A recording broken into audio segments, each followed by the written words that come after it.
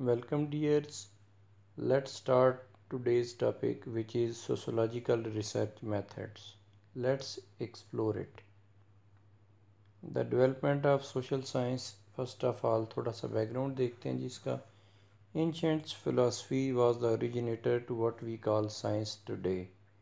इसमें हमें बताया जा रहा है जी कि ओवरऑल जो इब्तदाई फ़िलासफ़ी के मुख्तलिफ़ थाट्स और नज़रियात थे उनकी बुनियाद पे जनाब नेक्स्ट मुख्तलिफ़ स्टेजेस से गुज़रती हुई साइंस की रूनुमाई हुई और साइंटिफिक आइडियाज़ हैं जो वो डेवलप हुए। यानी फ़िलासफ़ी हम एक बिल्डिंग ब्लॉक कह सकते हैं जो साइंस के लिए साबित हुआ।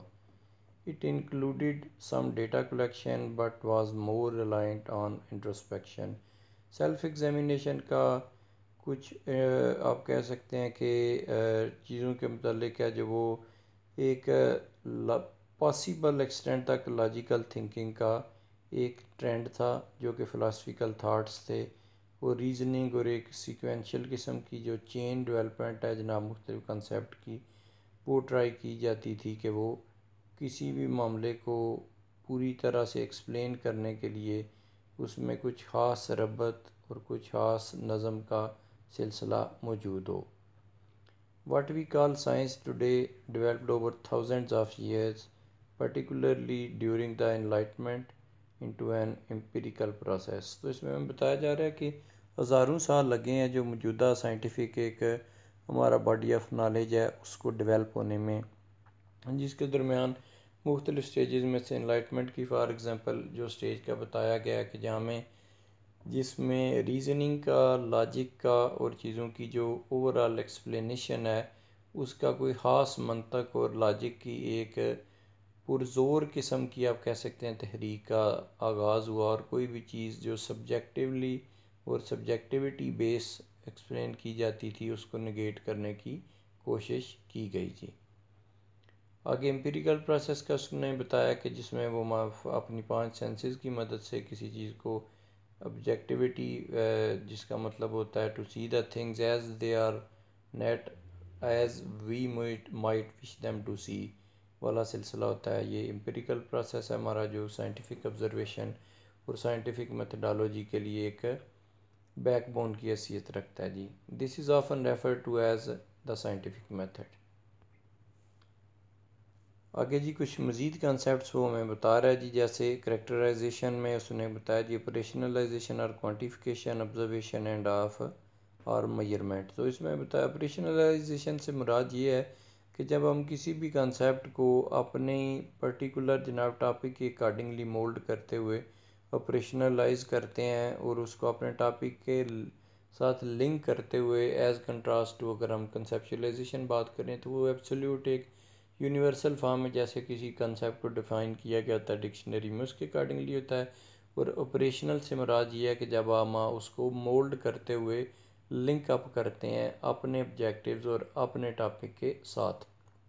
क्वांटिफिकेशन से मुराद यही है, ज़ाहिर है मेजरेबल तब भी होगा वो क्वांटिटेटिव रिसर्च मेथडोलॉजी के लिहाज से कि जब वो उसको आप इस काबिल बनाएंगे कि वो वेरिएबल है जो वो क्वांटिफाई हो पाएगा और उसको स्टैटिस्टिकल एनालिसिस के लिए हम रेडी कर पाएंगे after processing all the systematic process such as data collection then data interpretation, data analysis and all that particular sequential cycle ji.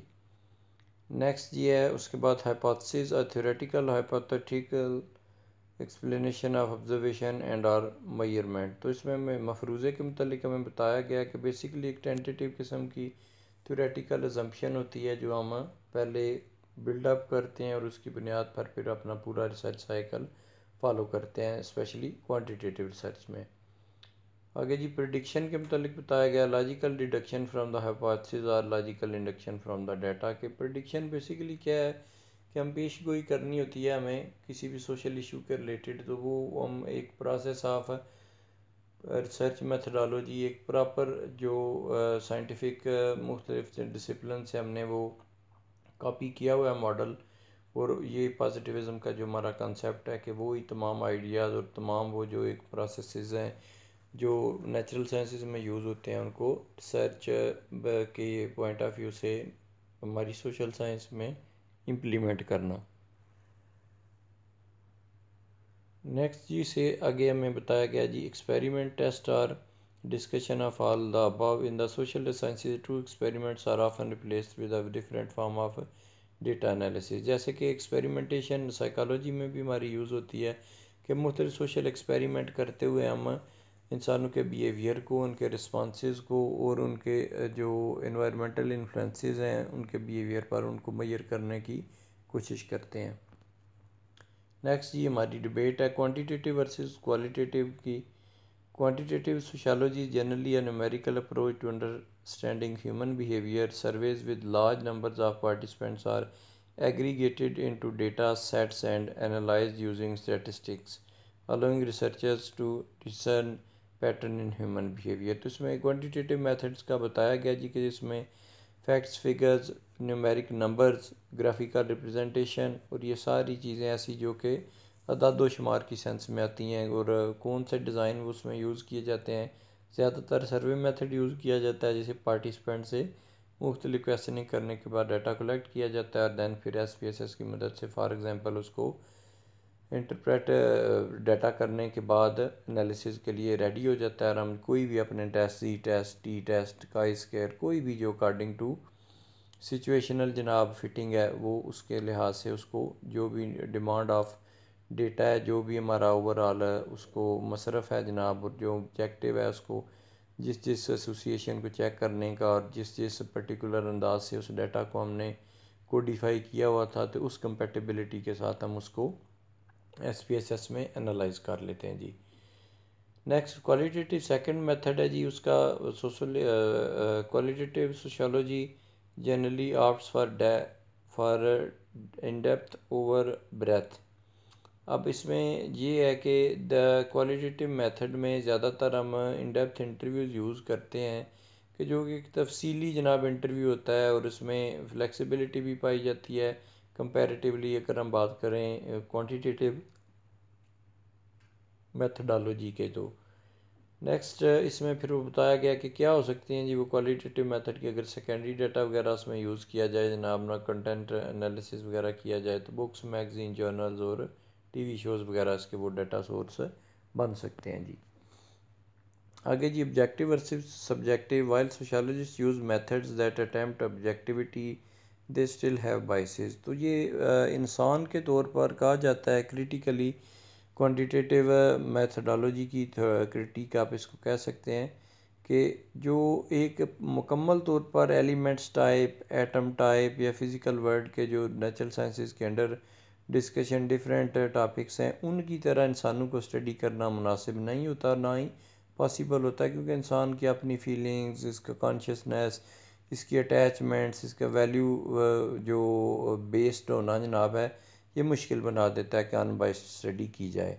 Sociologist biases influence the selection of research topic. This selection reveals something the author believes is important whether or not it is. तो कहते हैं कि वो topic selection even एक biased process है कि हम कहते हैं फॉर एग्जांपल हम में से कोई अगर ड्रग एडिक्शन पे या फॉर एग्जांपल अगर माइग्रेशन पे या किसी भी टॉपिक पे रिसर्च करता है और कहता है कि ये जी वर्थ वाइल और ये ज़्यादा इंपॉर्टेंट टॉपिक है, तो वो इट सेल्फ एक बाइसनेस है। हालांकि किसी भी टॉपिक को मोस्ट इम्पॉर्टेंट या सुप्रीम इम्पॉर्टेंस की नोयत से के साथ वो लिंक करना वो ओवरऑल एक बाइसनेस का एक अपनी टेंडेंसी और अपनी पसंद की बुनियाद पर किसी चीज़ को टॉप प्रायोरिटी करार देना और उसको ओवरऑल सुप्रीम इम्पॉर्टेंस का हामिल बना देना भी एक बाइसनेस की मिसाल है जी। The selection of data. This selection reveals data the author believe are reliable whether or not it is. तो वो डाटा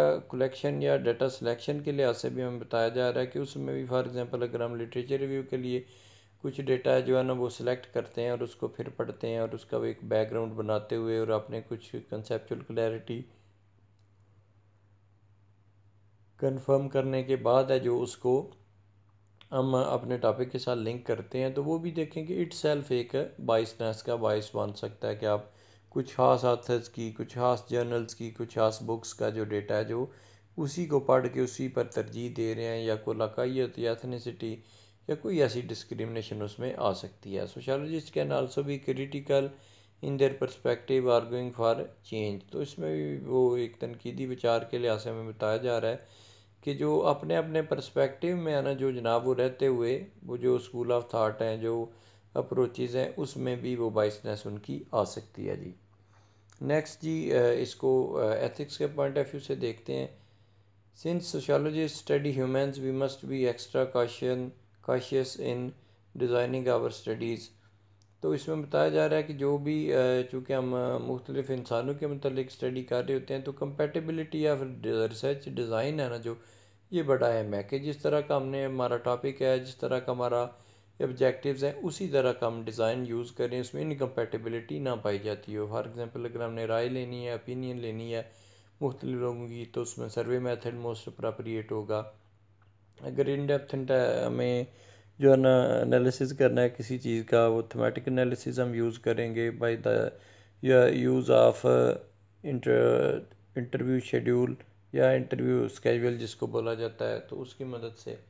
तो ये कंपेटिबिलिटी हमारी अहम होगी हमारे टॉपिक के अकॉर्डिंगली।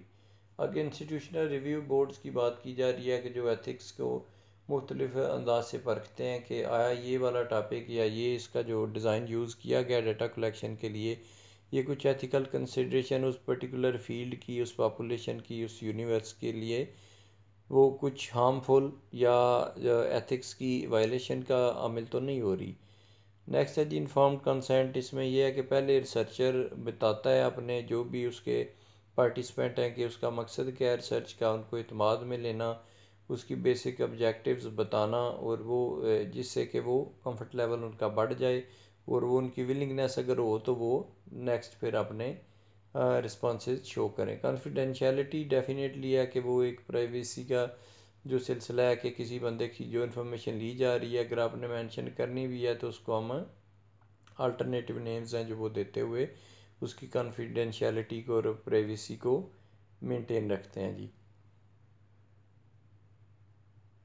नेक्स्ट जी एनोनिमिटी है हमारे पास, कि इसमें भी आलमोस्ट इससे मिलती जुलती चीज़ है कि वह अजनबियत रखते हुए लोगों के नाम ना ज़ाहिर करते हुए वो आप इस पर्टिकुलर फॉर्म में इसको ले जाते हैं।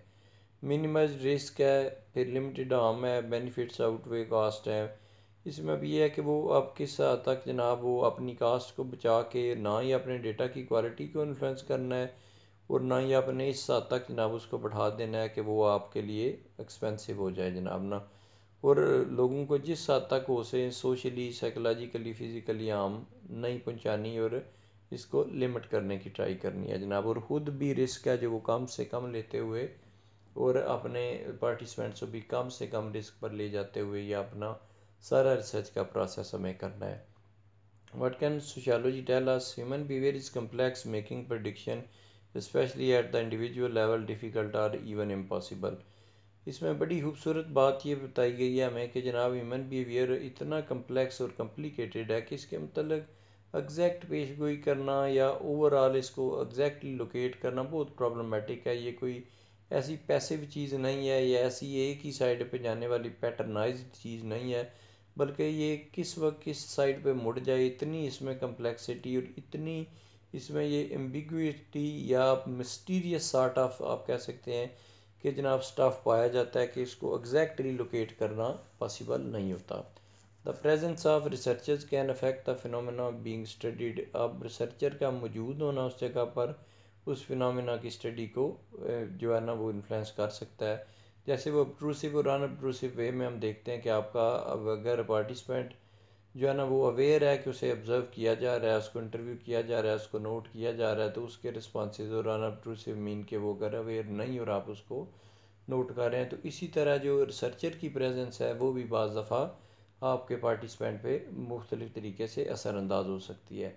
It is difficult for sociologist to strive for objectivity and handle the subjective components of scientific practice, especially when the phenomena they study is also part of their social life। जैसे हमने बाइसनेस का पहले भी जिक्र किया और यहाँ बड़े अच्छे अंदाज से हमें बताया जा रहा है कि ये बड़ा मुश्किल काम है कि जो to see the things as they are not we as we might wish them to see वाला जो सिलसिला है ऑब्जेक्टिविटी का, ये कहने को तो बड़ी इजी सी एक स्टेटमेंट है, लेकिन ये है कि जब आप फील्ड में मौजूद हैं, आपकी मुख्तलिफ़ एफिलिएशंस हैं, मुख्तलिफ़ फीलिंग्स हैं आपके साथ, मुख्तलिफ़ वाबस्ता तवक्कुआत का एक्सपेक्टेशन का लेवल है, आपकी ना पसंद नापसंद है, तो उससे डीटैच होते हुए स्टडी कंडक्ट करना एक रियल सेंस में चैलेंज है कि जो कि पार्ट ऑफ सोशल लाइफ उस पर्टिकुलर आपकी आइडेंटिटी होने के बावजूद भी बाज़ दफ़ा अगर चीज़ें एंटी जा रही हों उस पर्टिकुलर आपकी जनाब रिसर्च के, तो इवन देन आप उसको पब्लिश करें, आप उसको एक्सपोज करें, तो आप ट्रू सेंस में फिर एक रिसर्चर कहलाते हैं जी। ये हमारा पार्ट ये था जी। इसके मतलब नेक्स्ट पार्ट बी में हम इसको ज़रा ज़्यादा तफसीली नुक्ता नज़र से देखेंगे। आज हमने बेसिक इसकी ज़रा को टच किया, फिर थोड़ा सा हमारा रिसर्च का बैकग्राउंड है जो वो ज़रा बेहतर हो पाए और उसकी कंसेप्चुअल क्लैरिटी की तरफ हम मज़ीद आगे नेक्स्ट लेक्चर में जब जाएं तो हमें ये कुछ बेसिक्स हैं जो वो अच्छे से मालूम हो। अपना ख्याल रखिएगा जी। Thank you so much. Take care.